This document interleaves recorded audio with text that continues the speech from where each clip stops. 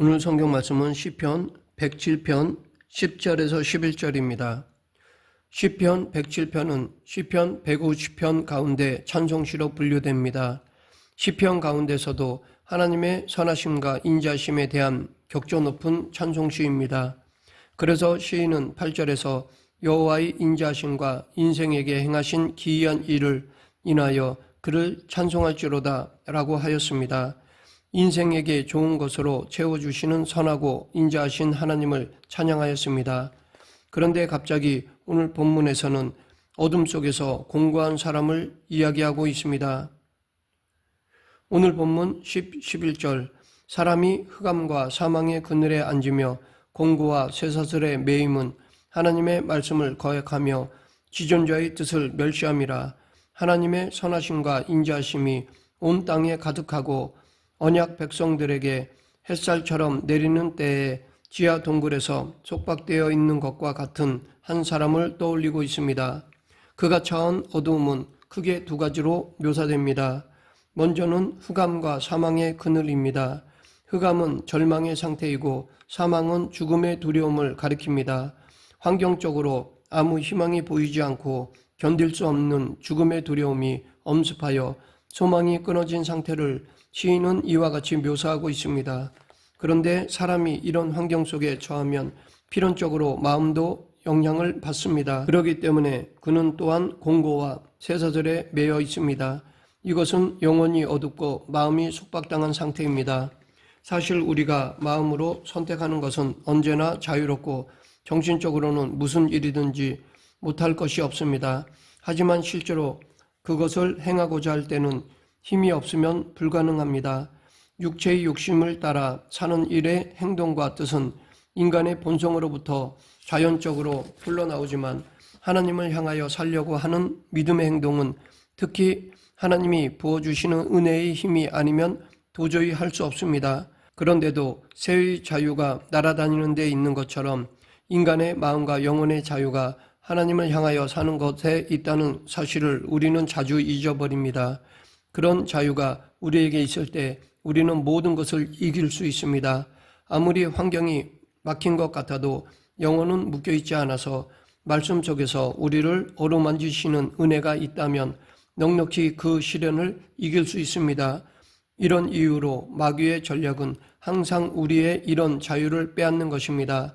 성경은 그리스도인의 삶이 영적 전쟁이라고 묘사하는데 전쟁에서 중요한 것은 전투력이지만 복음로가 차단당하면 제대로 싸울 수 없습니다. 우리가 하나님과 올바른 관계를 가지며 말씀의 은혜를 받고 받은 은혜를 가지고 하나님 앞에 간구하고 기도할 때 감당할 수 없을 것 같은 시련도 넉넉히 이길 수 있습니다. 하지만 이것이 제대로 이루어지지 않으면 능히 감당할 것 같은 시련에도 넘어질 수 있습니다. 우리는 성경에서뿐만 아니라 현실에서도 큰 고난의 길을 잘 헤치고 나온 사람이 이후에 아주 작은 시련을 만나서 신앙적으로 넘어지는 것을 발견할 수 있습니다. 이것은 그 사람이 시련을 극복하는 능력이 그 사람 안에 있는 것이 아니라 하나님의 은혜 안에 있다는 것을 보여줍니다. 그래서 마귀는 다양한 방식으로 이런 복음로를 차단하기 위해 애를 씁니다. 절대로 마귀는 전면전으로 우리를 공격하지 않습니다. 예배를 참여하지만 마음은 딴 곳에 있게 하고 기도는 하지만 근심이 마음을 하나님께 모으지 못하도록 하고 또한 말씀은 듣지만 유혹과 정욕으로 말씀을 마음에 새기지 않으려는 것이 마귀의 관계입니다. 그래서 우리는 더욱 깨어서 근신하는 신앙생활을 해야 하는 것입니다. 이런 이유로 한 사람이 영혼의 공감을 느끼고 자유를 잃어버리는 것은 결코 작은 일이 아닙니다. 그런데 우리가 환경적으로 흑암과 사망의 그늘에 앉고 공고와 쇠사슬에 매인 것 같은 영혼의 상태가 될 때 그에 대한 우리의 생각과 하나님의 판단에는 커다란 차이가 있습니다. 우리는 항상 고난과 시련의 모든 원인을 물리적인 환경 안에서 찾습니다. 그러면 쉽게 발견이 됩니다. 예를 들어 사업의 위기를 맞게 되었다면 사업에 손해를 끼친 인물이 있을 것입니다. 거기가 끝이라면 그 사람을 원망하고 미워하게 됩니다. 또 가정이나 직장에서의 인간관계에서 어려운 일을 당했다면 일의 근원을 미루어 보면 뭔가 경우에 맞지 않는 일이 발생한 것입니다. 그런데 그때 자기는 항상 자기 편이기에 어떤 문제에 대하여 공정하게 생각하는 것은 쉽지 않습니다. 자신이 받은 상처는 생체기까지 기억하면서 자신이 남을 창으로 찌른 것은 기억하지 못합니다. 결국 마음에 들지 않는 사람을 고치려 하거나 다시는 안 보려고 하든지 둘 중에 하나입니다. 그런데 결국 이 둘 다 그를 미워하는 것뿐입니다. 그리고 나서 자기의 옳음을 증명하기 위해 같은 이야기를 여러 사람에게 말하곤 하지만 갈등은 눈덩이처럼 쌓여 또 다른 갈등을 가져옵니다. 물론 그런 사람에게도 자신의 허물은 1급 비밀입니다. 이렇게 인간은 자기를 제외한 곳에서 그 원인을 찾고 거기서 모든 불평과 원망이 나옵니다. 하지만 그렇게 한다면 마음에 먹구름이 피어올라 하나님 앞에 절대로 마음을 모을 수 없습니다. 급기야 자신이 놓여 있는 환경이 가장 불행한 환경이고 이 엉클어진 환경은 자신과 어울리지 않는다고 생각합니다. 그리고 하나님께 대한 감사는 완전히 사라지는 것입니다. 감사의 마음은 모든 영적으로 좋은 것들을 키우는 토양과 같음에도 불구하고 말입니다.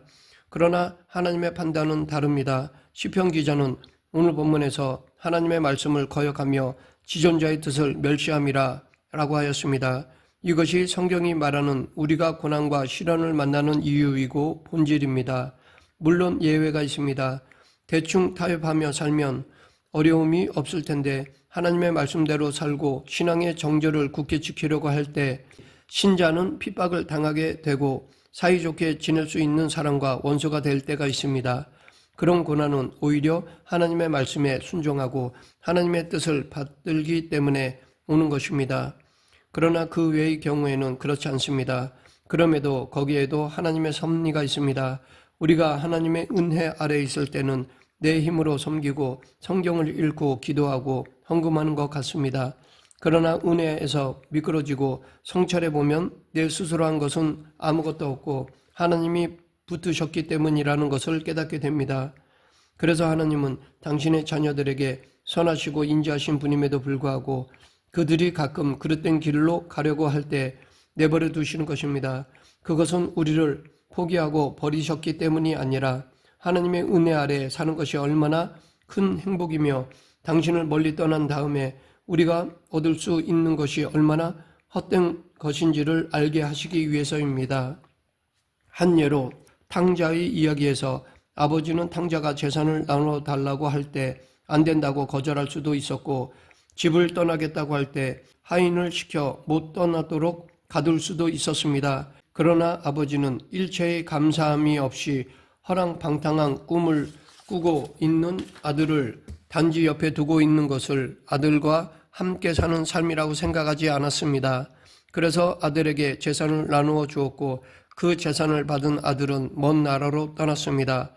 아들은 모든 것을 잃어버린 후에야 자기가 당연히 누리고 있던 모든 것들이 아버지의 사랑이었음을 깨닫게 되었던 것입니다. 우리도 마찬가지입니다. 많은 사람들은 자기의 고난의 의미가 자기의 죄값에서 그친다고 생각하고 또한 흑암과 사망의 그늘에 앉을 때 각성한 후 그것이 하나님의 보복이었다고 생각합니다. 그러나 그것은 복수나 보복이 아니라 하나님께서 우리의 마음을 낮추시고 고난을 받게 하시지 않고는 그 마음을 당신에게로 돌이킬 수 없기 때문에 주신 사랑의 매인 것입니다.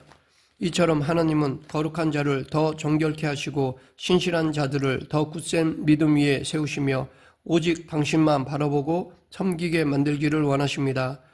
그래서 끊임없이 그에게 가시와 같은 고통을 주시고 작은 신음에도 응답하시는 하나님을 앙망하며 살도록 인도하시는 것입니다. 이렇게 우리의 넘어짐과 미끄러짐, 신앙이 부패하는 원인이 우리의 마음에서 시작되었다는 것과 자기가 흑암과 사망의 그늘에 앉게 된 환경의 어려움들이 하나님과의 관계가 끊어짐에서 온 것이라는 사실을 깨닫게 하시고자 함입니다.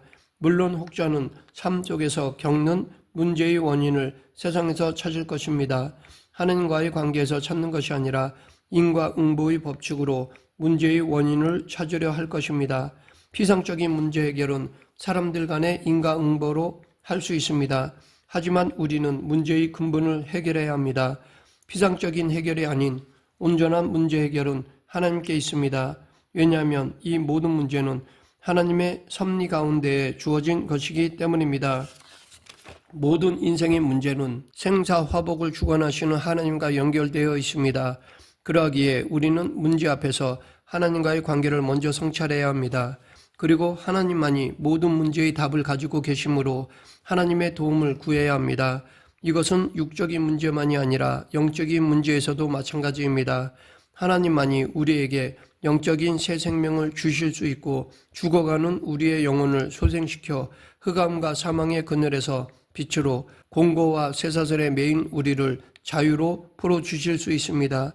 그러하기에 문제 앞에서 우리에게 길은 하나입니다. 하나님께로 돌아가는 것입니다. 우리가 인생을 살면서 무슨 일을 만나고 그때 우리가 어떤 반응을 보이며 행동하며 살지는 우리 마음 안에 담겨 있다가 나오는 것입니다. 신앙의 핵심은 이렇게 나오는 것이 아니라 나오기 전에 인간의 마음속에 집약된 요소를 신앙 안에서 진리와 성령으로 변화시키고 그로 인하여 새 삶을 살게 하는 것입니다. 이것은 이 세상에 있는 자원을 가지고 할 수 있는 것이 아닙니다. 오로지 하나님의 말씀이 성령의 역사만이 가능합니다. 그러기에 우리는 늘 하나님 말씀을 사모하며 성령 충만을 간구해야 합니다. 말씀을 맺겠습니다. 하나님은 우리를 바꾸시고 고치셔서 새 삶을 살게 만들어 주십니다. 즉 내가 만나지 못한 환경과 사람을 통해 내가 굉장히 좋은 사람인 줄 알았는데 아니었구나 하고 깨닫게 하십니다. 하나님은 우리가 당신의 사랑 안에서 살도록 오늘도 잘못된 길에 버려두시는 것이 아니라 때리고 어루만지셔서 깨닫게 하십니다. 이 하나님의 사랑을 굳게 붙들고 문제 앞에서 더 큰 믿음으로 살아가는 저와 여러분 되길 간절히 축원합니다. 기도하겠습니다. 생사화복을 주관하신 하나님 아버지, 예수님 안에서 우리의 고난은 거룩한 삶으로 인도하는 은혜임을 믿고 감사하는 성도가 되게 하여 주시옵소서. 예수님 이름으로 기도드립니다. 아멘.